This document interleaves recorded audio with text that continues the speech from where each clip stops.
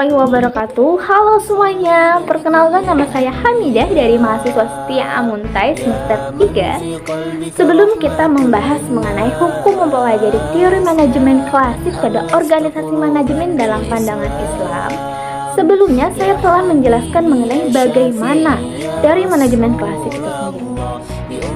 Dalam video tersebut, saya telah menjelaskan bagaimana manajemen klasik itu sendiri. Sejalan dengan hal itu, adapun firman Allah Subhanahu wa taala dalam Al-Qur'an surah As-Sajdah ayat 5. Dalam kandungan ayat tersebut, Allah Subhanahu wa taala adalah pengatur alam, al-mudabbir atau manajer. Keteraturan sistem alam ini merupakan bukti kebesaran Allah Subhanahu wa taala dalam mengatur kehidupan alam. Meninjau dari kebesaran Allah Subhanahu wa taala karena manusia yang diciptakan Allah Subhanahu wa taala telah dijadikan sebagai khalifah di bumi, maka dia harus sepatutnya mengatur, mengelola dan melindungi bumi dengan sebaik-baiknya sebagaimana Allah Subhanahu wa taala telah mengatur kehidupan di bumi. Menyikapi hal tersebut, maka diperlukan adalah adanya pengaturan dan pengelolaan seperti organisasi dan manajemen. Manajemen yang baik itu jika suatu sistem kerjasama dengan pembagian peran yang jelas. Hal ini sejalan dengan pengertian dari teori manajemen klasik. Sedangkan organisasi adalah sistem kerjasama sekelompok orang untuk menciptakan tujuan bersama.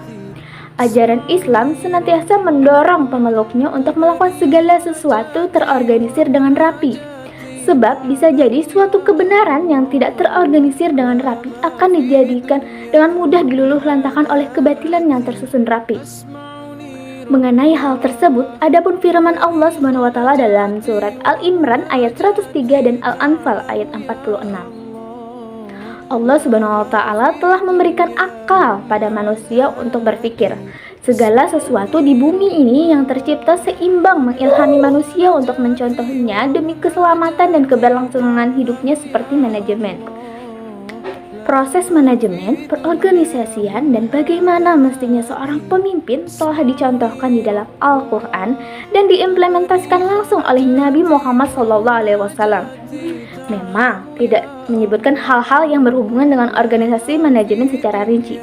Namun, menurut saya, dari apa yang saya ketahui dan mempelajari serta referensi dari Al-Quran surah As-Sajdah ayat 5, untuk mempelajari organisasi dan manajemen dengan teori manajemen klasik dalam pandangan Islam merupakan suatu sunnah menurut saya.